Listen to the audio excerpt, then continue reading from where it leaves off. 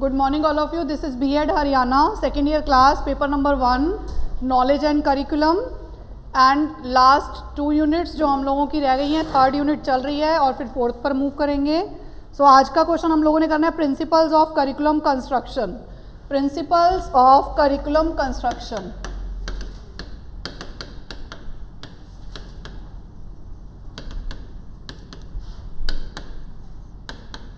जब भी हम करिकुलम को कंस्ट्रक्ट करते हैं, करिकुलम को फ्रेम करते हैं, पाठ्यक्रम का निर्माण करते हैं, तो वो कौन से नियम और सिद्धांत है जो हमें फॉलो करने की ज़रूरत पड़ती है. बेटा ये हिंदी मीडियम में पेज नंबर 176 और इंग्लिश मीडियम में 116 पर ये क्वेश्चन दिया हुआ है. इंग्लिश मीडियम में 116 पर दिया हुआ है. सो कौन से नियम है जो हमें फॉलो करने की ज़रूरत होती है जब हम करिकुलम का निर्माण करते हैं, करिकुलम को कंस्ट्रक्ट करते हैं. सो जैसे इसमें देखो फर्स्ट आया था, इन्होंने प्रिंसिपल दिया हुआ है, प्रिंसिपल ऑफ चाइल्ड सेंटर्डनेस. पहला नियम क्या दिया हुआ है? Child centredness. So child centredness का क्या मतलब होता है? जब हम करिकुलम कंस्ट्रक्ट करें तो आज की डेट में तो लेटेस्ट करिकुलम में बच्चे को फोकस किया जाता है. चाइल्ड सेंटर्ड करिकुलम होना चाहिए. तो जो भी चीज़ें, विषय या टॉपिक्स, सब टॉपिक्स, आप जो भी कुछ उसमें एक्टिविटीज़ जो भी आप उसमें डिसाइड करते हैं, वॉट एवर इट इज़, लेकिन हर चीज़ में आपको किसका ध्यान देना है? Child centredness. यानी बच्चे की एज, बच्चे की capability, calibre, attitude, interest area, उन सब चीज़ों को ध्यान रखते हुए हमें करिकुलम को कंस्ट्रक्ट करना है. Is it okay? पहला नियम सिद्धांत समझ आ गया. अगला इसमें आ जाता है बेटा प्रिंसिपल ऑफ इंटीग्रेशन. इंटीग्रेशन का मतलब होता है एक दूसरे के साथ जोड़ना, एक दूसरे के साथ मिलाना.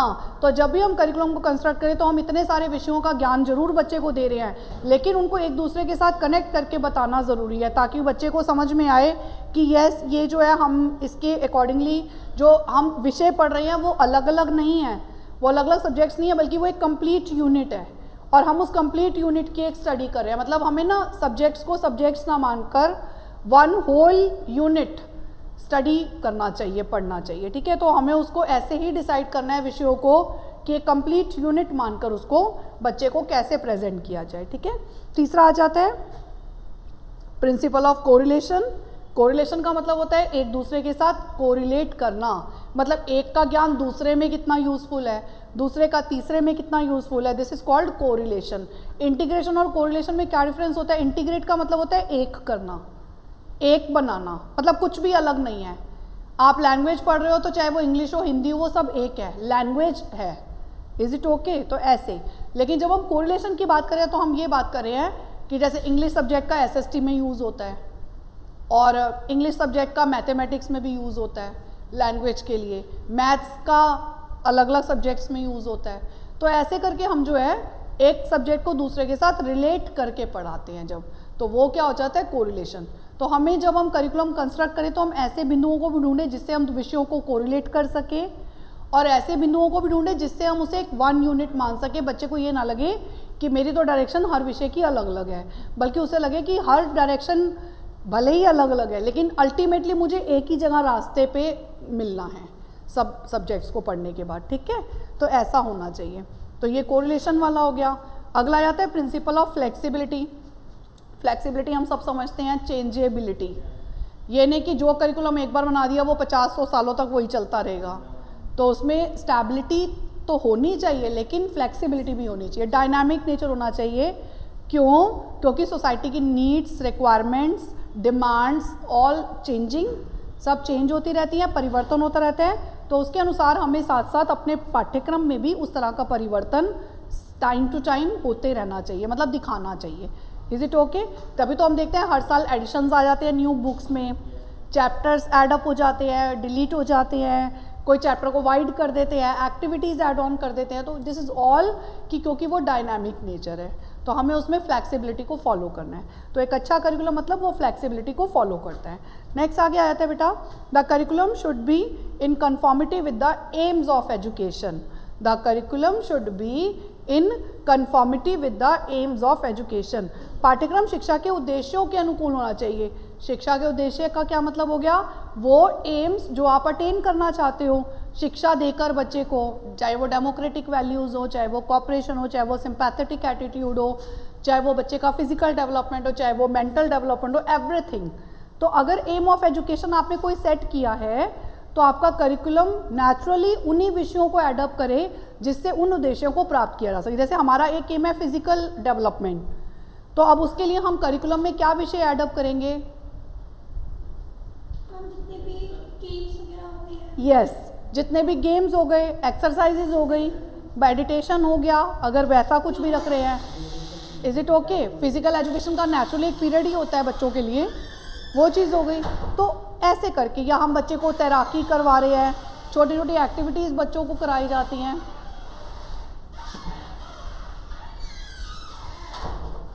सो एवरीथिंग, तो हमारा जो शिक्षा का उद्देश्य होता है ना, उसके अनुसार ही हम विषयों का निर्माण करते हैं। तो ये भी हमें ध्यान देना ज़रूरी है कि वो एम्स के साथ मैच करता हो। Is it okay? सो ये हो गया हमारा। नहीं तो क्या होगा, एम कोई और डायरेक्शन में हो और विषय आप कोई और पढ़ा रहे हो, तो फिर आपको एंड में लगेगा कि हमने क्या अचीव किया, क्योंकि गोल्स ही तो है जो हमें बताते हैं कि हम कहाँ थे और एट दी एंड हम कहाँ पहुँचे हैं। नहीं तो हमारी डायरेक्शन लेस बेपैंदे का लोटा कहीं भी चले जाएंगे। सो डायरेक्शन हमारी भटक जाएगी। सब्जेक्ट्स और एम अगर डिफर होंगे तो इज़ इट ओके? इसमें कॉन्ग्रुएंसी होनी चाहिए, इसमें मैचिंग होनी चाहिए। नेक्स्ट आता है must include all the useful experiences of the human life. Useful experiences, मानव जीवन के समस्त उपयोगी अनुभवों का समावेश। करिकुलम में आज की डेट में जो पढ़ाया जाता है वो सिर्फ लिमिटेड थियोटिकल नॉलेज तक नहीं है। Everything is given learning by doing. उस अप्रोच को फॉलो करके हम कोशिश करते हैं कि बच्चे को प्रोवाइड करें। तो इसलिए उसके अंदर सारे लाइव एक्सपीरियंसेस ऐड होने चाहिए। अगर आप बच्चे को सॉल्युबिलिटी समझाना चाह रहे हो, अब सॉल्युबिलिटी का प्रिंसिपल समझाना चाह रहे हो, तो बच्चे को आपने थ्योरी बता दिया कि चीनी की मैक्सिमम क्वांटिटी जितनी घुलती है उतनी घोल दो, है, और जहाँ वो ना घुले उससे हम उसकी सॉल्युबिलिटी को चेक करते हैं, लाइक इतना बता दिया। लेकिन यही चीज़ आप उसे लैब में दिखा रहे हो, आप पानी गर्म कर रहे हो, उसमें चीनी डाल डाल के दिखाते जा रहे हो और वो डलती जा रही है और अब घुलनी बंद हो गई एक टाइम के बाद। तो आपने कहा कि यहाँ से हम सॉल्युबिलिटी चेक करते हैं। सो वहाँ जो चीज़ उसने किताब में पढ़ी और जो चीज़ आपने उसको लैब में जाकर दिखाई, तो वो एक्सपीरियंस है ना यूज़फुल। बच्चा घर जाके भी करेगा, मम्मा के सामने करेगा, उसको वो चीज़ हमेशा के लिए याद हो जाएगी। तो ऐसे यूज़फुल एक्सपीरियंसेस को जो डेली लाइफ में यूज़ होते हैं वो कनेक्ट करना ज़रूरी है। तो आपको ऐसे एक्सपीरियंसेस को साथ में जोड़ना है कि एक बीकर लो, बोलते हैं ना साइंस में, हर उसके साथ टॉपिक के साथ एक नीचे छोटी सी एक्टिविटी दी हुई होती है। वो इसीलिए है कि यूज़फुल एक्सपीरियंसेस प्रोवाइड करने के लिए। तो जब हम उसको एम में रखेंगे तो अपने आप करिकुलम में भी उसे हम एडप्ट करेंगे। तो ये सब पॉइंट्स हमें ध्यान देने होते हैं। अगला आता है प्रिंसिपल ऑफ यूटिलिटी। अब यूटिलिटी, अब हमारे देखा जाए तो दायरा तो बहुत ज़्यादा है बेटा। मतलब अगर हम विषयों को एक बार सोचने लगे तो विषय मतलब बहुत सारे हो सकते हैं। आज की डेट में कितने फील्ड ऑफ स्टडीज़ हो गए हैं, मतलब आप सोच भी नहीं सकते, इतने फील्ड ऑफ स्टडीज़ हैं। फिर कैसे सोचा जाए कि कौन सा इंपॉर्टेंट है कौन सा अनइम्पॉर्टेंट है? सो यहाँ पर इसने बोला है यूज़फुलनेस का प्रिंसिपल, कि आप देख सकते हैं कि बच्चे के जीवन में क्या चीज़ यूज़फुल है, क्या चीज़ उसको लेने का। आज की डेट में हम यूज़फुलनेस का मतलब प्रैक्टिकेबिलिटी से हो जाता है। हम सब ने प्रैग्मेटिज्म पढ़ा है ना, वो क्या है? Practical utility. तो जिस भी काम को करने का उपयोगिता फ़ायदेमंद है, मतलब वो बेनिफिशियल है, रियल लाइफ में यूज़फुल है, तो हम उसको फॉलो करेंगे। और अगर ये सब चीज़ें उसमें नहीं है तो हम उस सब्जेक्ट को नहीं पढ़ाएंगे। तो कहते हैं कि इतने सारे सब्जेक्ट्स हैं, कोई बात नहीं, लेकिन हमें तो उसे यूज़फुलनेस के बेस पर सिलेक्ट करना है। अगर वो यूज़फुल है तो पढ़ाएंगे, अगर वो यूज़फुल नहीं है तो हम उसे नहीं पढ़ाएंगे। ठीक है। Principle of having different curriculum at different levels. Different curriculum at different levels, first से लेकर 12th तक डिफरेंट लेवल्स होते हैं, अलग अलग क्लासें होती हैं, अलग अलग ग्रेड्स होते हैं। सो क्या फर्स्ट से लेकर 12th तक के बच्चे को एक ही किताब पढ़ाई जाती है? सो उनके लिए डिफरेंट करिकुलम होता है। So you should keep in mind कि हर लेवल के लिए अलग करिकुलम फॉलो होता है। ठीक है। वो कौन सा होना चाहिए, वो कौन से मैगजीम को फॉलो करके होना चाहिए, like simple to complex, easy to difficult, ठीक है, हाँ, कॉन्क्रीट टू एब्स्ट्रैक्ट। तो इन नियमों को, इन मैगजीम्स को ध्यान रखते हुए हमें उस प्रिंसिपल को ध्यान देना है कि जो डिफरेंट लेवल्स के लिए और डिफरेंट करिकुलम हम सेट करते हैं। ठीक है, उसमें इस बात को ध्यान देना है। अगला आता है principle of awakening purity and generalisation. इसका मतलब क्या है? जागरूकता, पवित्रता और सामान्यीकरण का सिद्धांत। जागरूकता का मतलब क्या होता है? अवेयरनेस। आप पढ़ रहे हो, सिर्फ पढ़ नहीं रहे हो नाम के लिए, बल्कि वो आपके कॉन्शियस माइंड में ऐड हो रहा है। जितना भी कुछ आप सुन रहे हो वो हमेशा के लिए आपके माइंड में बैठ गया। तो ये प्रिंसिपल फॉलो करना है कि कैसा, ऐसा क्या करें जिससे कि आप उसके साथ हमेशा के लिए एक्वेंट हो जाएं। अवेयरनेस डेवलप करना। और प्योरिटी, प्योरिटी का मतलब शुद्धता।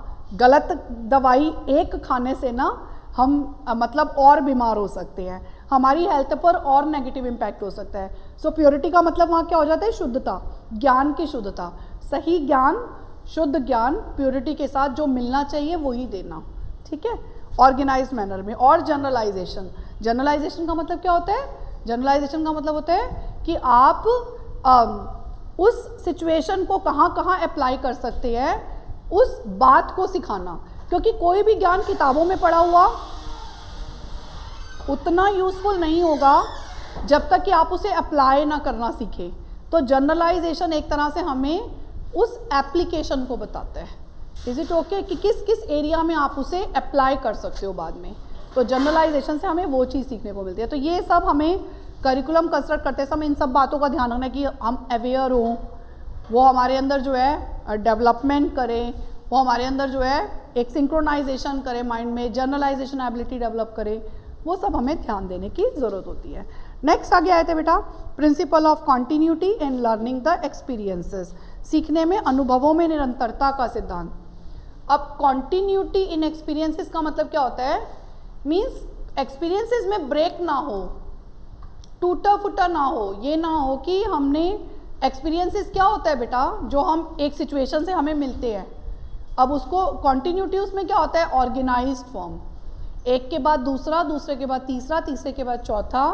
आप जो भी एक्सपीरियंसेस आप ले रहे हो वो प्रीवियस नॉलेज आपके स्कीमा में ऑर्गेनाइज्ड मैनर में फिट हो।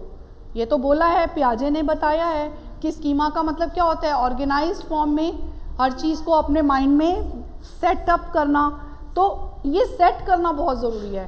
तो आप वो चीज़ ऑर्गेनाइज पहले करिकुलम में दिखाएंगे, तभी तो बच्चे के माइंड में सेट करेंगे। उसका वो फ्रेम्ड सीमा जो स्कीमा होगा वो तभी फ्रेम हो पाएगा। ऑर्गेनाइज्ड स्कीमा, ऑर्गेनाइज्ड थॉट्स तभी होंगी उस स्कीमा में जब वो पहले करिकुलम में होगा। Is it okay? Next point आगे आ जाता है, principle of conservation of culture is very very important. संस्कृति को संभालने का सिद्धांत। सो वो कल्चर हमारे लिए मोस्ट इम्पॉर्टेंट है, क्योंकि उसकी वजह से हम आज की डेट में बहुत आगे गए हैं और हमने अपने पुरानी चीज़ों को भी स्वीकार करके रखा हुआ है और साथ साथ मॉडर्नाइजेशन की तरफ भी जा रहे हैं और एक स्टेप हमेशा आगे की तरफ है। जो तो कल्चर को हमने ट्रांसमिट ना किया होता, प्रिजर्व ना किया होता, तो इसका क्या परिणाम होता कि हर नई जनरेशन को 0 पॉइंट से ही स्टार्ट करना पड़ता, बेस पॉइंट से ही स्टार्ट करना पड़ता। क्यों? क्योंकि उससे पीछे क्या हुआ वो तो हमें पता ही नहीं होता और हम आज की डेट में यहाँ ना होकर नीचे ही होते, बल्कि और डाउन चले जाते। तो वो ट्रांसमिशन किसकी वजह से संभव हो पाता है? जब वो करिकुलम में भाई विषय के रूप में ऐड करेंगे, तभी तो अध्यापक क्लासरूम में उस विषय को उठाएगा पढ़ाने के समय। तो वो चीज़ कल्चर को किस तरह से ट्रांसमिट करना है, किस विषय के द्वारा, जैसे एसएसटी हिस्ट्री में हम अलग अलग सभ्यताओं के बारे में पढ़ते हैं तो हम उससे एक्वेंट होते हैं, तो वो जब हमारे विषय में होता है तभी तो हमारे सामने आता है। तो इन चीज़ों को भी हमें एडअप करना ज़रूरी है, ठीक है। अगला आ जाता है principle of linking with the life. हर चीज़ जो आप बच्चे को पढ़ा रहे हो that must be linked with the real life. जो प्रैक्टिकल एस्पेक्ट है उसके साथ उसको लिंक करना ज़रूरी है। देखो आप स्कूल क्या होता है, school is called as miniature of the society. विद्यालय को समाज का लघु रूप माना गया है। तो जब बच्चा इस लघु रूप में आता है तो वो ये मानता है कि इसके बाद में जो कॉम्प्लेक्स सोसाइटी है जब उसमें जाऊंगा तो मैं वहाँ पर हर चीज़ का सामना अच्छे से कर लूँगा, मैं हर प्रॉब्लम को फेस कर लूँगा, मुझे कोई प्रॉब्लम नहीं होगी। वो सब चीज़ें वो समझता है। अब वो तभी संभव है जब वो उसको स्कूल में जब पढ़ाया जा रहा है जो चीज़ वो उसकी रियल लाइफ से कनेक्टेड हो। नहीं तो क्या होगा अगर इसमें लिंक ना हो स्कूलिंग एजुकेशन में और या रियल लाइफ एजुकेशन में, तो क्या होगा, बच्चा कहेगा जो मैंने स्कूल में सीखा वो तो बिल्कुल अलग है जो मैं बाहर आके देख रहा हूँ, तो मुझे क्या फ़ायदा हुआ ज़िंदगी भर ये सब सीखने का। तो वो यूज़फुलनेस को शो करने के लिए उसको रियल लाइफ के साथ लिंक करना बहुत ज़रूरी है कि आप जो सीख रहे हो वो रियल लाइफ में यहाँ यूज़ होता है। आप मैथमेटिक्स सीख रहे हो तो जब बाज़ार में जाओगे तो आप हिसाब किताब कर पाओगे, तभी आपको ये सिखाया जा रहा है। ये रियल लाइफ में इसका यहाँ यूज़ है, हर टॉपिक का कहाँ यूज़ है वो बताना। Is it okay? वो चीज़। नेक्स्ट आ जाता है प्रिंसिपल ऑफ ब्रॉडनेस। आज की डेट में तो हर चीज़ को ना वैसे भी CCE पैटर्न फॉलो जब से हो रहा था, अब तो चाहे बंद भी हो गया लेकिन तो भी पीरियोडिक भी है, वो भी उसी तरह का ही है ऑलमोस्ट। उसमें 6 थे, इसमें 4 हैं, लेकिन दोनों ही कॉम्प्रिहेंसिव और कॉन्टिन्यूस इवैल्यूएशन को फोकस करते हैं। सो जहाँ पर कॉम्प्रिहेंसिव का मतलब क्या होता है? In detail. इन डिटेल का मतलब यही है कि हर एस्पेक्ट को छूना, हर एस्पेक्ट को कवर अप करना, और इन डिटेल सब चीज़ें बच्चे को आती हूँ, तो डीपर एस्पेक्ट तक बच्चे को लेकर जाना। सो ये तभी संभव है जब पहले आप उसको एज अ प्रिंसिपल फॉलो करें कि हमें बच्चे को जो भी नॉलेज देनी है वो हमें इन डिटेल देनी है। ठीक है। नेक्स्ट आता है principle of appropriate use of leisure time, अवकाश के सदुपयोग का सिद्धांत। सो ये तो हम सब जानते हैं, खाली टाइम बच्चे तो जितना मर्जी फ्री रह लेते हैं, लेकिन फ्री टाइम में वो क्या करना चाहते हैं, अगर चीज़ें उसके अकॉर्डिंगली हो जाए तो ज़्यादा अच्छा होगा, तो आपको अपना खाली टाइम यूटिलाइज करने में प्रॉब्लम नहीं आएगी, आप उसे वेस्ट नहीं करेंगे।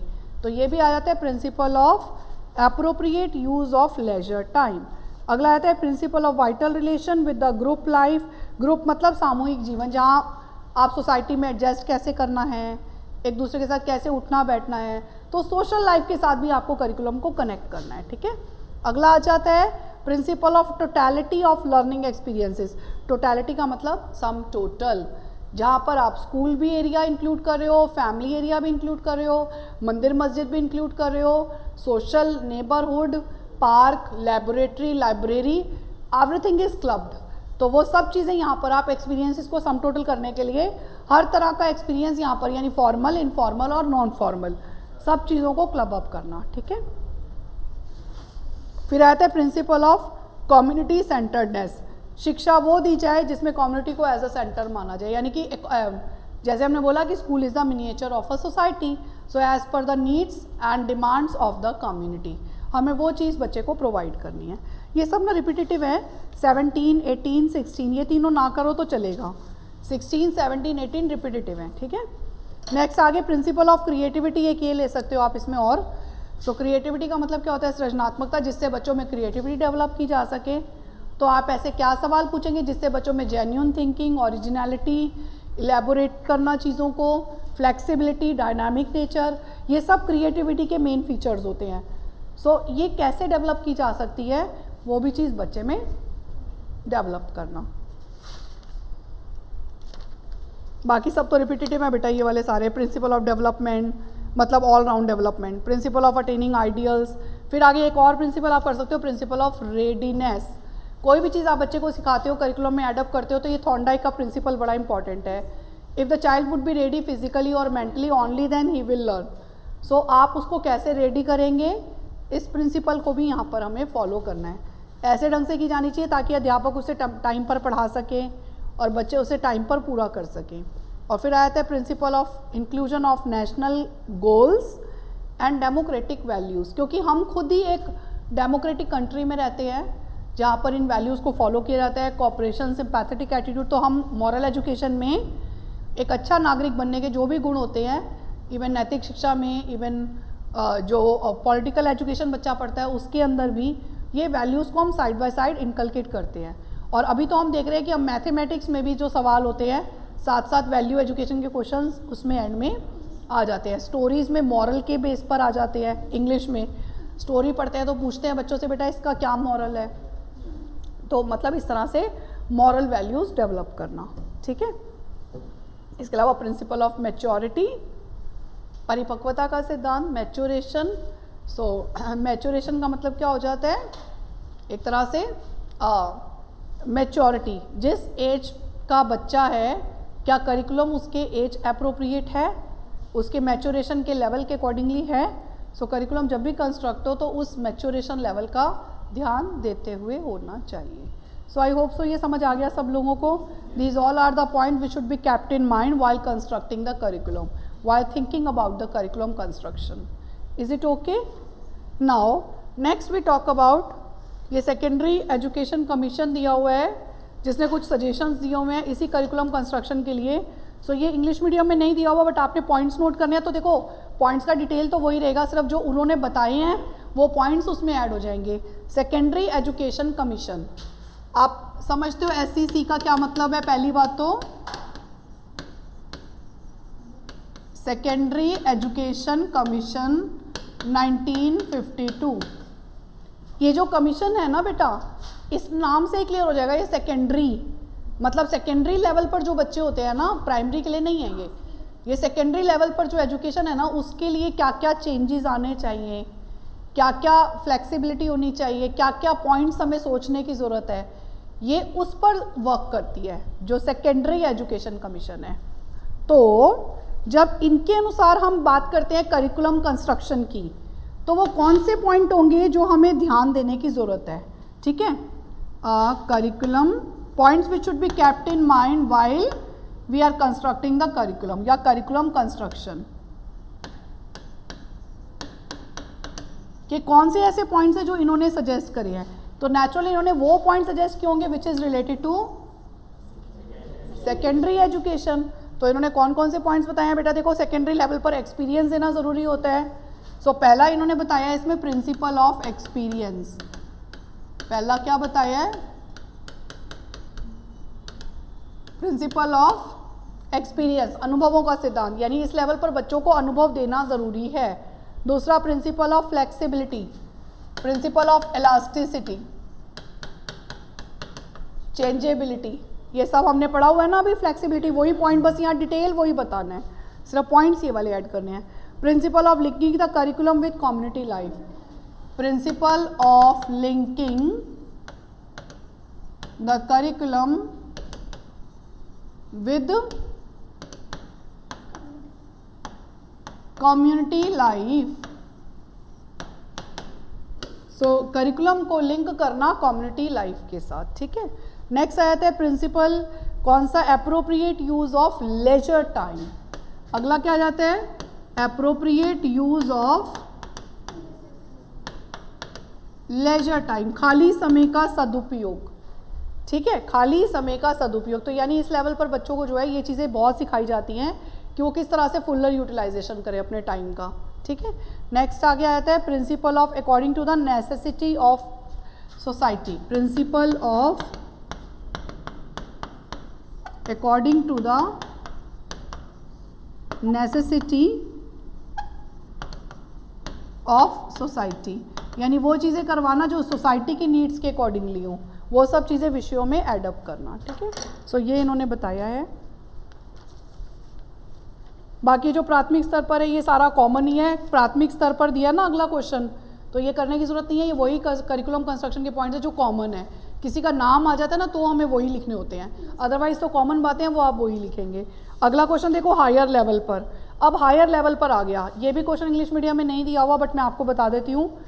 अगला क्वेश्चन देखो 11th नंबर पे जो 182 पेज नंबर पर हिंदी मीडियम में दिया हुआ है, वो क्वेश्चन क्या है? उच्च शिक्षा के पाठ्यक्रम को संगठित करने के लिए सिद्धांतों का उल्लेख करो। उच्च शिक्षा का मतलब क्या हो जाता है यहाँ पर? Higher education. जहाँ यहाँ सेकेंडरी पढ़ा, इससे पहले वाला प्राइमरी सेकेंडरी के लिए कॉमन मान सकते हो, और अब जो हम पढ़ रहे हैं वो हायर के लिए पढ़ रहे हैं। सो हायर एजुकेशन के लिए कौन कौन से करिकुलम कंस्ट्रक्शन के पॉइंट्स हो सकते हैं? सो इसमें इन्होंने जो पहला पॉइंट दिया हायर एजुकेशन के लिए, वहाँ पर आया था प्रिंसिपल ऑफ स्पेशलाइजेशन। इसमें पहला प्रिंसिपल क्या दिया हुआ है बेटा?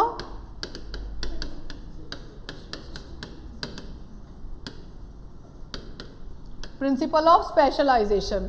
सो स्पेशलाइजेशन का मतलब क्या होता है? विशिष्टीकरण का सिद्धांत। सो विशिष्टीकरण का मतलब क्या हो जाता है? एक तरह से आपने उसको जो है ना, मतलब इस लेवल पर आकर बच्चे को एक स्पेसिफिक एजुकेशन में ना उसको प्रोफेशनल बनाना है। तो तभी तो होता है कि हम 11th-12th में जो है ना हम स्ट्रीम सिलेक्ट कर लेते हैं, हम कॉमर्स ले लेते हैं, हम आर्ट्स ले लेते हैं, हम ह्यूमैनिटीज़ ले लेते हैं, हम साइंस ले लेते हैं, एक पर्टिकुलर फील्ड को अडॉप्ट कर लेते हैं, क्योंकि यहाँ पर इस लेवल पर आकर बच्चा ना एक फील्ड में स्पेशलाइजेशन करना चाहता है। तो यहाँ पर हमें इस सिद्धांत को तो सबसे इम्पॉर्टेंट फॉलो करना है। दूसरा प्रिंसिपल ऑफ वोकेशनलाइजेशन,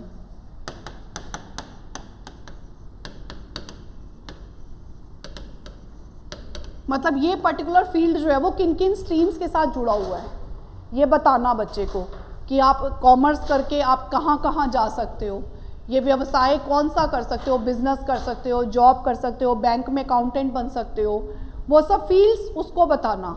एक तरह से आप कह सकते हो कि उसका इकोनॉमिक अपनी लिवलीहुड के लिए वो कैसे अर्न। वोकेशनलाइजेशन का, स्पेशलाइजेशन का उद्देश्य होता है एक स्पेसिफिक एजुकेशन में स्किल और महारत हासिल करना, प्रोफेशनल एटीट्यूड डेवलप करना। और वोकेशनलाइजेशन का मतलब होता है be able to earn your livelihood, उसके लिए आपको सिलेक्ट करवाना, सो दैट कि आप इसे आगे चल के अपना प्रोफेशन बना सकें और इसमें किस फील्ड में जाना है आप अपनी लिवलीहुड के लिए अर्न कर सकें। सो वोकेशनलाइजेशन का उद्देश्य हमेशा क्या होगा कि स्कूल को स्कूल ना मानकर फैक्ट्री मानना, ठीक है। तो एक एम ये हो सकता है। तीसरा, प्रिंसिपल ऑफ नेशनल कंसर्न।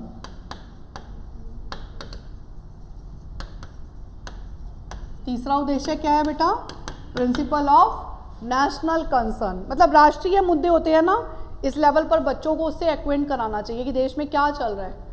अभी जैसे अब आपके देश में क्या, और कंट्रीज़ में क्या चल रहा है, अब यूक्रेन की और अभी रशिया का इतनी फाइट हुई, इतना कुछ हुआ, तो ये पता होना चाहिए ना। सो ये मुद्दों के साथ एक्वेंट करवाना, ठीक है। नेक्स्ट आगे आता है principle of research and extension.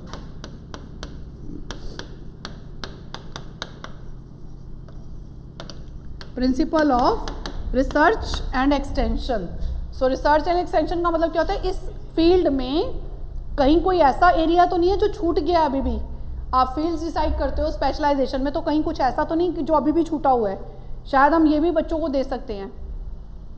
अभी इन्होंने कितने सारे कोर्सेज निकाले हैं, ये जो शिक्षा के अंदर कितना वोकेशनल, उसके अंदर फील्ड्स में बहुत सारे कोर्सेज निकाले हैं स्कूल्स के अंदर ना, गवर्नमेंट स्कूल्स में। वो जो अभी कनेक्ट करने के लिए कहते हैं कि आप कुछ भी बनाओ जो आप बना सकते हो।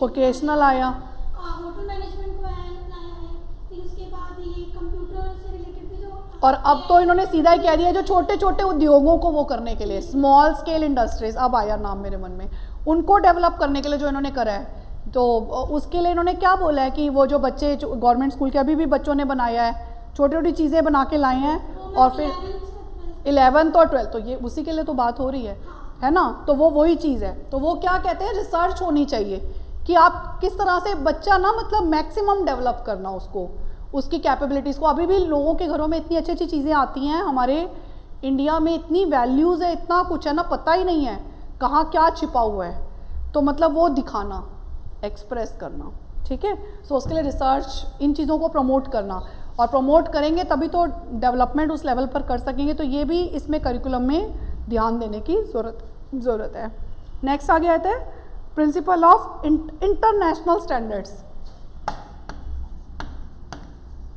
इंटरनेशनल स्टैंडर्ड्स, जैसे हमने यहाँ नेशनल की बात करी, ऐसे ही इंटरनेशनल कुछ अपने उनके भी टॉपिक्स, मुद्दे हो सकते हैं, पॉइंट्स ऑफ डिस्कशन हो सकते हैं इंटरनेशनल लेवल पर, कि दूसरे देशों में किस तरह से शांति बनाई जाती है, किस तरह से मैनेज किया जाता है चीज़ों को। पॉपुलेशन कंट्रोल, ये इंटरनेशनल मुद्दा है, हर कंट्री का मुद्दा है। तो ये कैसे वहाँ पर कंट्रोल करते हैं, हम क्या मेजर्स यूज़ करें, हमें बहुत कुछ पता लगता है इन चीज़ों से। तो ऐसे इश्यूज़ को भी इंक्लूड करना, ठीक है। फिर आ जाता है, ये हो गए हमारे सारे बेटा जो कौन से लेवल पर आ जाते हैं, हायर लेवल पर आ जाते हैं। सो आई होप सो ये क्वेश्चन समझ आ गया। अगला देखो, ये अगला क्वेश्चन सेल्फ स्टडी के लिए इसलिए क्योंकि ना अगला क्या क्वेश्चन है, while framing the curriculum for secondary level what principle should be kept in mind. तो आप इसमें एसईसी का एक्सप्लेन कर देना जो हमने अभी सेकेंडरी एजुकेशन वाला पढ़ा है, और इन्होंने साथ में कुछ कॉमन चीज़ें और बता दी हैं, वो साथ में और कर सकते हैं क्योंकि कॉमन है ना। तो एसईसी को बता दोगे तो बड़ा ही स्पेसिफिक आंसर बन जाएगा, ठीक है। अब आगे अगला क्वेश्चन आते हैं बेटा। अगला क्वेश्चन आता है पेज नंबर हिंदी मीडियम में 184 और इंग्लिश मीडियम में 118 पेज नंबर। इंग्लिश मीडियम में 118 और हिंदी मीडियम में 184, बेसिस ऑफ करिकुलम। मिल गया ना सबको। नाउ नेक्स्ट क्वेश्चन इज, हमने जो पढ़ा ना, पहला क्वेश्चन हमने पढ़ा है करिकुलम कंस्ट्रक्शन के कौन कौन से प्रिंसिपल्स हैं, general, secondary level, primary level, higher level, SEC, ये सब बातें हमने पढ़ी हैं। Is it clear. अब आगे, क्योंकि कुछ पॉइंट्स ऐसे हैं जो हमें हायर लेवल पर स्पेसिफिकली ध्यान देने, जैसे वोकेशनलाइजेशन, स्पेशलाइजेशन, नेशनल, इंटरनेशनल, मुद्दे, इश्यूज़, ये सब ध्यान देने की ज़रूरत है, रिसर्च, ये सब। और सेकेंडरी लेवल पर भी हमने पढ़ा कि हमें कुछ पॉइंट्स वहाँ पर फोकस करने की ज़रूरत है, और प्राइमरी लेवल पर तो हमें हर चीज़ को ही ध्यान देना है, क्योंकि वहाँ पर बेस है, वहाँ में इंटीग्रेशन, कोरिलेशन, यूजफुलनेस, उन चीज़ों को ज़्यादा ध्यान देना है। Is it okay? अब आगे अगला क्वेश्चन हमारा क्या आ जाता है बेटा, बेसिस ऑफ करिकुलम।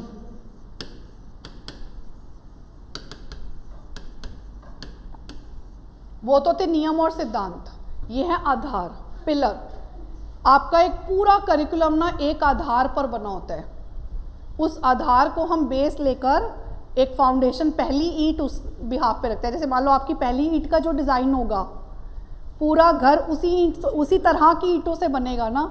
होता है कि नहीं होता ये चीज़? ऐसा तो नहीं करते कि एक ईंट लंबी वाली पतली ले आते हैं, एक ईंट का साइज़ अलग ले आते हैं, तो फिर तो गिर जाएगी इमारत।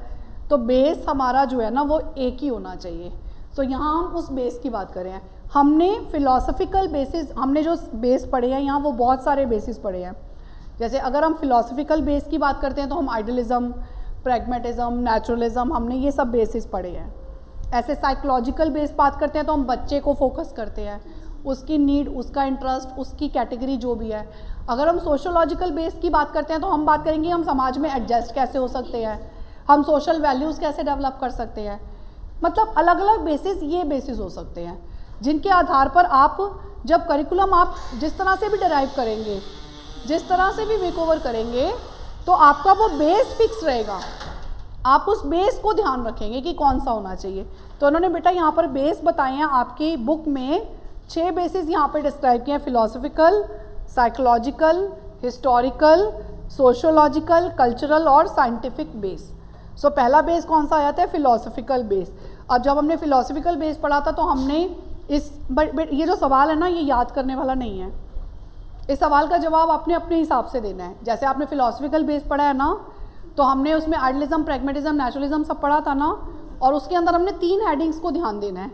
रोल ऑफ टीचर, करिकुलम हमने सबके अंदर पढ़ा था। जब हमने आइडियलिज्म की बात करी तो हमने क्या, प्लेटो का हमने जो करिकुलम पढ़ा था, जिसमें हमने 3 उसमें कैटेगरीज में उसको डिवाइड किया था करिकुलम को। कौन कौन सी कैटेगरीज में डिवाइड किया था कि जो पहला सब्जेक्ट है वो रियलिस्टिक सब्जेक्ट्स होने चाहिए, इंटेलेक्चुअल जिन्हें बोलते हैं। दूसरे एस्थेटिक होने चाहिए, रिलीजियस वाले जो होते हैं, जैसे सत्यम, शिवम और सुंदरम के आधार पर, है ना। तो हमने वहाँ पर उन 3 पार्ट्स में उनको डिवाइड किया था। तो वही करिकुलम होगा, उसी के बेस पे करिकुलम के सब्जेक्ट्स का निर्माण किया जाएगा। तो फिलोसफिकल का मतलब है यहाँ पर आप बताएंगे कि अगर हम आइडियलिज्म को फॉलो करते हैं तो हम ऐसा करिकुलम, ऐसा रोल ऑफ टीचर, ऐसे एम्स ऑफ एजुकेशन, इन चीज़ों को फॉलो करेंगे और ऐसा करिकुलम हम डिस्क्राइब करेंगे। समझ आया? ऐसे ही हम अगर नेचुरलिज्म को करेंगे तो हम इस तरह के करिकुलम, जैसे वहाँ पे हम फ्री छोड़ देंगे, वहाँ पे बच्चे को डिसिप्लिन फ्री छोड़ के दिया जाएगा। मेथड ऑफ टीचिंग वहाँ पर कौन से, प्रोजेक्ट मेथड या आपका activity method, learning by doing method follow किया जाएगा। और वहाँ पर सब्जेक्ट्स कौन से रखे जाएंगे, जो प्राइमरी लेवल पर रूसो ने उसमें बताया था करिकुलम। सो प्राइमरी लेवल पर एक्टिविटी जो बच्चे को फिज़िकल डेवलप करने में मदद करे। दूसरे नंबर पे उन्होंने बताया था वो सेंसेस को ट्रेन करने वाला, जहाँ पर बच्चे के सेंसेस को फिर ट्रेन करने की ज़रूरत होती है जब बच्चे थोड़े बड़े होते हैं। फिर प्यूबर्टी लेवल पर आते हैं तो बच्चे के सब्जेक्ट्स थोड़े से आने चाहिए, English, Hindi, math, science, SST. और उसके बाद उनको फिर सेक्सुअल एजुकेशन और सोशल एजुकेशन ये देना चाहिए, क्योंकि उस लेवल पर बच्चा उन चीज़ों को समझता है, किशोर हो जाता है, एडोलेसेंट हो जाता है। तो हर फिलोसफिकल थॉट में अपने करिकुलम को डिस्क्राइब किया गया है। Is it okay? ऐसे प्रैग्मेटिज्म में कौन से सब्जेक्ट्स को बताया गया है? जो यूज़फुल हो, जिनकी प्रैक्टिकल लाइफ में यूज़फुलनेस हो, उन विषयों को उन्होंने एडप्ट किया है। तो यहाँ पर आपने ना इसका एक मिला जुला सार जो थॉट्स हैं उनको आपने फिलोसफिकल बेसिस में आपने उन सबको बताना है। पहला बेस समझ आ गया, फिलोसफिकल बेस। दूसरा बेस इन्होंने क्या बताया, साइकोलॉजिकल बेस। तो जब हम बेटा साइकोलॉजिकल की बात करते हैं तो साइकोलॉजिकल बेस में क्या आ जाता है आपका, साइकोलॉजिकल का मतलब हो जाता है मनोवैज्ञानिक आधार। सो मनोवैज्ञानिक आधार में आता है बालक का इंटरेस्ट, बालक का एटीट्यूड, एप्टीट्यूड। इसमें हम वो सब चीज़ें ध्यान देते हैं, इंटरेस्ट टेस्ट लेंगे, एटीट्यूड टेस्ट लेंगे, एप्टीट्यूड टेस्ट लेंगे, और उसके हिसाब से बच्चे के लिए करिकुलम डिसाइड करेंगे कि इसका एप्टीट्यूड किस फील्ड में है, उसके हिसाब से इसके लिए करिकुलम कंस्ट्रक्ट होना चाहिए। सो जैसे आज के डेट में चाइल्ड सेंटर्ड है तो वो साइकोलॉजिकल बेस है। Is it okay? वो पूरी तरह से साइकोलॉजिकल है, उस बेस पर हम उसको फॉलो करते हैं और करिकुलम में हम उस चीज़ को इंक्लूड करने की ज़रूरत करते हैं, मतलब उस चीज़ को इंक्लूड करते हैं। तीसरा बेस इन्होंने बताया बेटा हिस्टोरिकल बेस। हिस्टोरिकल बेस ना ये बताता है कि पुराना क्या था, उसके बाद क्या हुआ, उसके बाद क्या हुआ और आज क्या होना चाहिए। तो वहाँ ऐतिहासिक घटनाएं जो है ना उनका वर्णन जो हमें आज भी पढ़ने की ज़रूरत है, जिससे हम और एक स्टेप आगे बढ़ सके। तो जब हिस्टोरिकल में होगा ना तो वो स्टेप बाय स्टेप चलेगा, टाइम के अनुसार उसमें स्टडी कराई जाएगी, वो आपका क्या आ जाता है, हिस्टोरिकल बेस। ठीक है, फिर फोर्थ बेस इन्होंने कौन सा बताया बेटा, सोशियोलॉजिकल बेस। सो सोशियोलॉजिकल का क्यों, क्योंकि मनुष्य एक सामाजिक प्राणी है, we all are social human being. So हमें क्या ज़रूरत होती है, हमें हमारा जन्म समाज में होता है, बहुत सारे कर्तव्यों का पालन हमें समाज में रहकर करना होता है। ठीक है, there are various responsibilities which we have to follow by living only in this society. We can not live alone, we can not live isolated. तो हमें हर काम के लिए एक दूसरे पर डिपेंडेंट रहना पड़ता है। तो यहाँ पर हम उन चीज़ों को ध्यान देते हुए और इस प्रकार समाज में रहने के लिए, शिक्षा प्राप्ति के लिए उन आवश्यक कार्यों को जोड़ना जो समाज के भले के लिए हों और जिससे हमें वो डिपेंडेंस समझ आए कि हम अकेले नहीं रह सकते, हमें एक दूसरे की ज़रूरत है ही, पढ़नी ही है।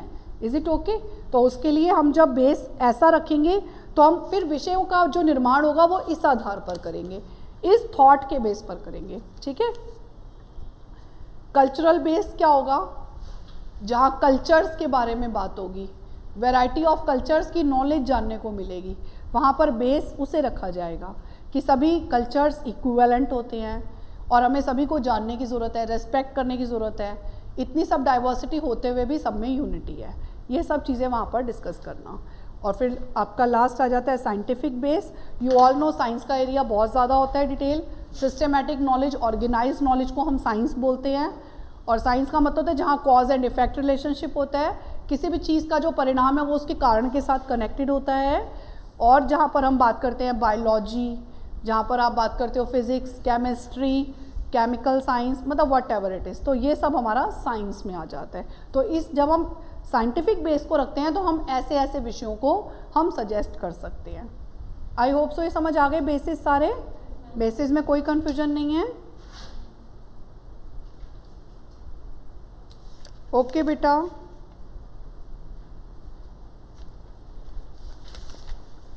देखो हिंदी मीडियम में ना अब अगला क्वेश्चन रिपीटेटिव दिया हुआ है, ज़बरदस्ती का इन्होंने फिर डिटेल बना दिया। 189 पर बेटा आइडियलिज्म एंड करिकुलम। सो ये वही है, आइडियलिज्म एंड करिकुलम मतलब फिलोसफिकल बेस है। Is it okay? जो आपने आइडियलिज्म पूरा पढ़ा है ना, ये उसी को इन्होंने रिपीटेटिव, हाँ वही चीज़ इन्होंने रिपीट करी है। 191 पे नेचुरलिज्म एंड करिकुलम दिया हुआ है, अगेन रिपीटेटिव है। तो ये इन्होंने और डिटेल आपको समझाने के लिए, ऐसे प्रैग्मेटिज्म एंड करिकुलम है। आपने ना सिर्फ मैंने बताया ना 3 पॉइंट्स वहाँ के उठाने हैं। एम्स ऑफ एजुकेशन, 3 नहीं 4 ही इनफैक्ट। एम्स ऑफ एजुकेशन, दूसरा रोल ऑफ टीचर, तीसरा types of curriculum, methods of teaching और डिसिप्लिन। 5, ये वाले 5 उठा के आप ये आंसर लिख सकते हो। ठीक है, ऐसे ही इन्होंने एग्जिस्टेंशलिज्म, रियलिज्म ये सब बताया है। ठीक है, सो ये सारे हमारे, ये हमारा यूनिट जो है ना, ये चैप्टर नंबर 8 खत्म हो गया। नाउ नेक्स्ट आया था अप्रोचेज ऑफ करिकुलम। ये मैं बता देती हूँ बेटा, इंग्लिश मीडियम में 125 पेज पे अब अगला क्वेश्चन, बहुत आगे पीछे दिए हुए हैं बट मिल गया 125 पे। और हिंदी मीडियम में तो उसके आगे कॉन्टिन्यूटी में 197 पेज पर ये वाला चल रहा है आपका। इसमें 10 चैप्टर्स हैं बेटा इस यूनिट के अंदर ना, 3rd यूनिट में। ये 9th में तो हम आ ही गए हैं, तो total there are 10 chapters in this unit. और फिर उसके बाद हमारी अगली यूनिट जो है वो स्टार्ट हो जाएगी 11th मतलब चैप्टर से 4th यूनिट स्टार्ट हो जाएगी हमारी। ठीक है, लास्ट यूनिट स्टार्ट हो जाएगी। सो करते हैं इसको स्टार्ट जल्दी से। Now talk about approaches of curriculum. Approach होती है, यहाँ इन्होंने आपकी अप्रोचेज जो बताई है ना, आपने सबसे पहले शुरू में पढ़ा था ना, चाइल्ड सेंटर्ड करिकुलम होता है, टाइप्स ऑफ करिकुलम पढ़े थे ना, child centred, book centred, teacher centred, पढ़े थे कि नहीं पढ़े थे? तो तो और उसी बेस पर आपकी अप्रोचेज हैं। एक्चुअली अप्रोचेज ही पहले आती हैं, उसी बेस पर टाइप्स ऑफ करिकुलम बने थे। Is it okay? So approaches कौन कौन सी है? ट्रेडिशनल अप्रोच, पहली अप्रोच इसमें कौन सी बताई गई है? ये ट्रेडिशनल अप्रोच पता है कौन सी है? ट्रेडिशनल अप्रोच वही है बुक सेंटर्ड अप्रोच, ब्रैकेट में लिख लेना, आपको ये फिर याद रहेगा। ये कौन सी अप्रोच है? Book centred approach. जो पुराना समय होता था ना, ट्रेडिशनल नाम से क्लियर हो रहा है, ट्रेडिशनल मतलब पुराने समय में जो अप्रोच चलती थी, जो उपागम चलता था, वो कौन सा होता था? जहाँ पर बालक को सेंटर ना मानकर सब्जेक्ट्स को, बुक्स को, विषय वस्तु को सेंटर माना जाता था और उस आधार पर शिक्षा दी जाती। तो जहाँ हमने जितने पॉइंट्स मैंने आपको लिखवाए भी थे उस टाइम इंग्लिश में, वो सारे पॉइंट्स आप एज इट इज़ उठा के इस अप्रोच में एडअप कर सकते हो। Is it clear? सो ये ध्यान रखना, ट्रेडिशनल अप्रोच मतलब which is equivalent to subject centred curriculum. Is it okay? जहाँ पर चाइल्ड सेंटर्ड ना होकर करिकुलम को सब्जेक्ट सेंटर्ड माना जाता है। तो ये टीचर के लिए भी और बच्चों के लिए भी और पेरेंट्स के लिए भी और सोसाइटी के लिए भी, सबके लिए आसान हो जाता है, क्योंकि टीचर को पता होता है मुझे क्या पढ़ाना है। ये चैप्टर आज मैंने ख़त्म कर दिया, पहला ख़त्म हो गया, अब दूसरे पे आ गए। जैसे अभी हम डिस्कस कर रहे थे कि हम 9th पे आ गए हैं, 10th के बाद हम 4th यूनिट पे आ जाएंगे। तो ये प्रेस्क्राइब्ड हो जाता है और पढ़ने वाले को भी पता है कि आज मैम ने हमें ये चैप्टर पढ़ाया, तो आज हमने 9th चैप्टर पढ़ के आना है, अगली क्लास में हम 10th पढ़ेंगे। तो बच्चे के लिए भी और घर में पेरेंट्स को भी पता चलता है जब बच्चा घर जाता है तो ना सबके माइंड में क्लियर पिक्चर रहती है, no confusion at all. Book centred में ये फ़ायदा होता है। Is it okay? और अब देखो इसमें परंपरागत पाठ्यक्रम में बालक को महत्व ना देकर विषयों को महत्व दिया जाता है। सेकंड पैराग्राफ देखो मिल जाएगा। Is it okay? यह बात पूर्व निर्धारित होती है कि बालक को क्या पढ़ना है और शिक्षक को क्या पढ़ाना है। What is to be taught and what is to be learn, it is clear to both, ठीक है, to teacher as well as to the students. So अध्यापक केवल उसी विषय या प्रक्रम को पढ़ाता है जो पुस्तकों में दिया होता है और इससे बाहर कुछ और बिल्कुल नहीं पढ़ाता, चाहे बालक के लिए वे कितना भी आवश्यक क्यों ना हो।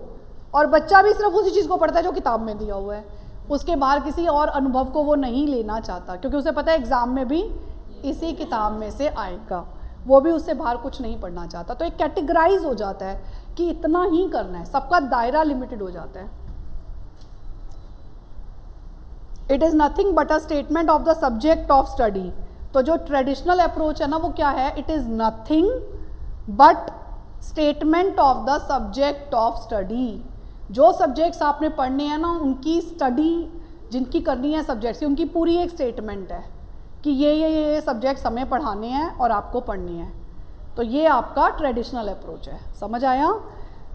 With indications of their extent and time limits, साथ साथ उसमें ये भी कि कितना एक्सटेंशन पढ़ाया जाएगा, कितना डिटेल में होगा और किस टाइम लिमिट के अंदर पढ़ाया जाएगा, कितने समय में सिलेबस को पूरा किया जाएगा, ये सब डिटेल्स इसमें होते हैं ट्रेडिशनल अप्रोच में।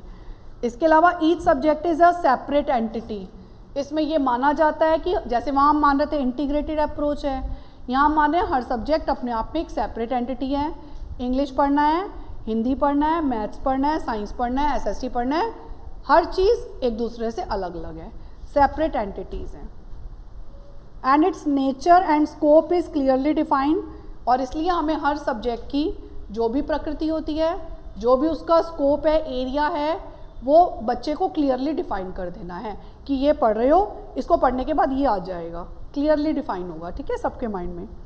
All stress is on the intellectual attainment of the child. Intellectual attainment का मतलब क्या होता है? Mental development.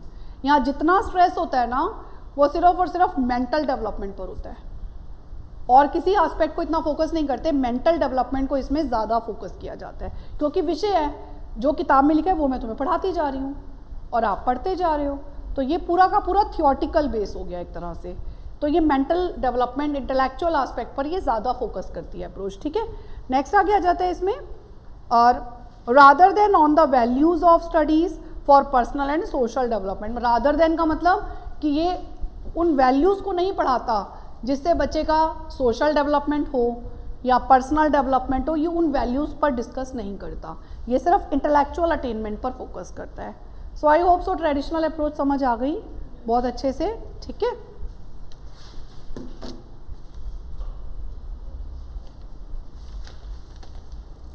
अगर हम इस अप्रोच की बात करते हैं तो ट्रेडिशनल अप्रोच का नाम जो है ना, आपको एग्जाम में सब्जेक्ट सेंटर्ड अप्रोच के नाम से भी आ सकता है।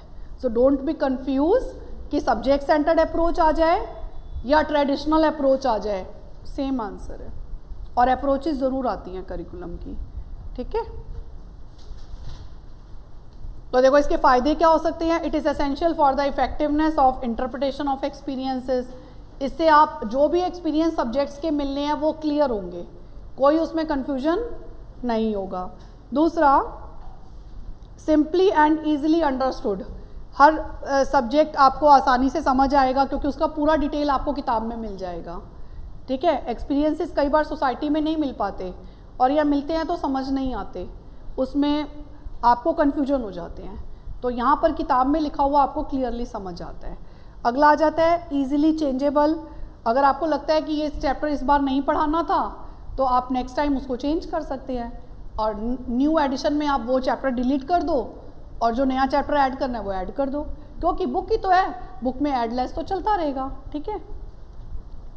Easily evaluated. इसमें जो एसेस करने वाला होता है, एग्जामिनर होता है, उसके लिए बड़ा आसानी होती है। किताब सामने रख ली और पॉइंट्स देके कितना लिखा उसके हिसाब से मार्क्स दे दिए, आसानी से इवैल्यूएट कर सकते हैं इसको, ठीक है।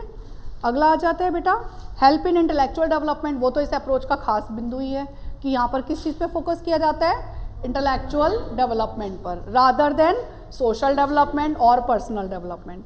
अगला आ जाता है helpful in modification of human behaviour. इससे आप मानव के व्यवहार में परिवर्तन ला सकते हैं, क्योंकि उसको उस तरह के थॉट्स, एक्सपीरियंसेस, इंटेलेक्चुअल डेवलपमेंट, एक बुद्धिमान व्यक्ति होगा तो नेचुरली वो जो है उसका बिहेवियर में वो चीज़ नज़र आएगी, तो उसका बिहेवियर भी जो है वो इम्प्रूव होगा, पहले से ज़्यादा बेटरमेंट की तरफ जाएगा।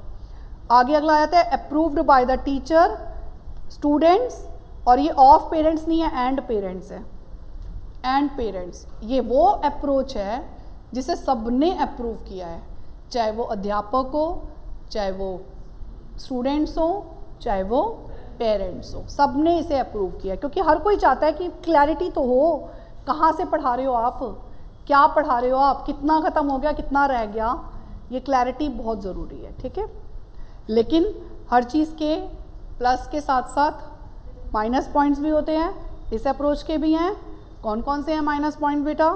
जैसे नैरो इसलिए कि सिर्फ किताब में से पढ़ना है, किताब के बाहर कहीं नहीं जाना, नैरो है हमेशा।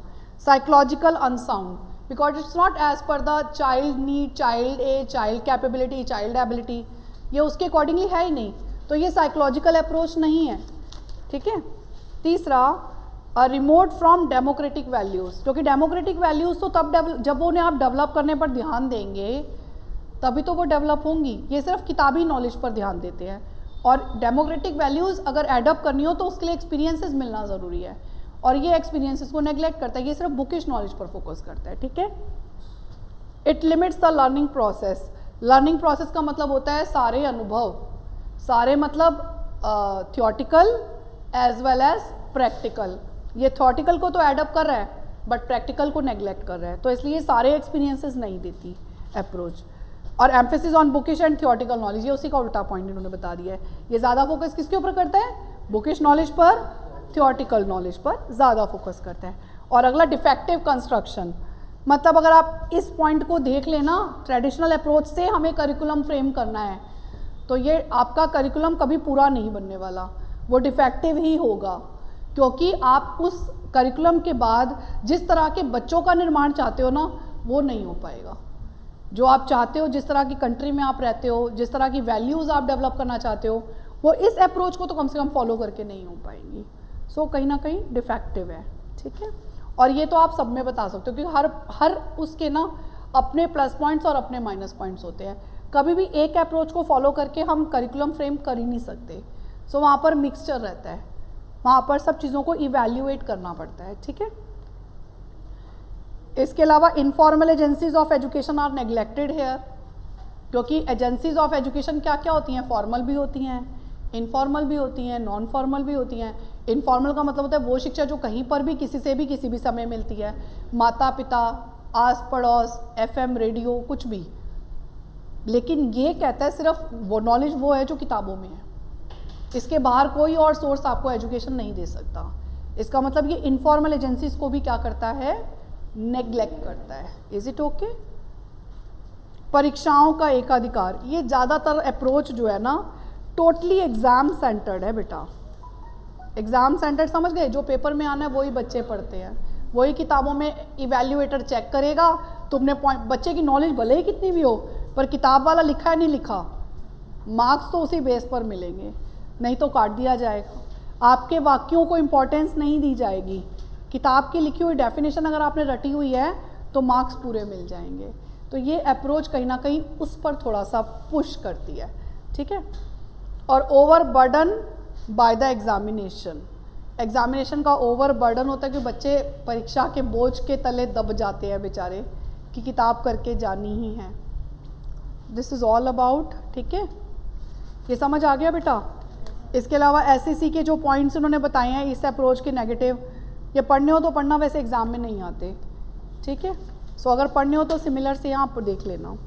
अब अगली अप्रोच आती है, हमने पहली अप्रोच कौन सी पढ़ी बेटा, traditional approach. Now next approach जो हमारी आती है वो लर्नर ड्राइवन अप्रोच है। ये मैं वैसे नेक्स्ट क्लास में लूँगी, बस मैं नाम लिख रही हूँ यहाँ, लर्नर ड्राइवन अप्रोच। ये एक तरह से ये जैसे बुक सेंटर थी ना, ये नाम से ही समझ आ रहा है, यस। ये कौन सी अप्रोच होगी, चाइल्ड सेंटर्ड। ये इंग्लिश मीडियम में 127 पेज पे है और हिंदी मीडियम में 204 पेज पे है, चाइल्ड सेंटर्ड। जितना आज हमने किया आई होप सो समझ आया, नो प्रॉब्लम एट ऑल। सो अगली क्लास में इसके आगे का करेंगे।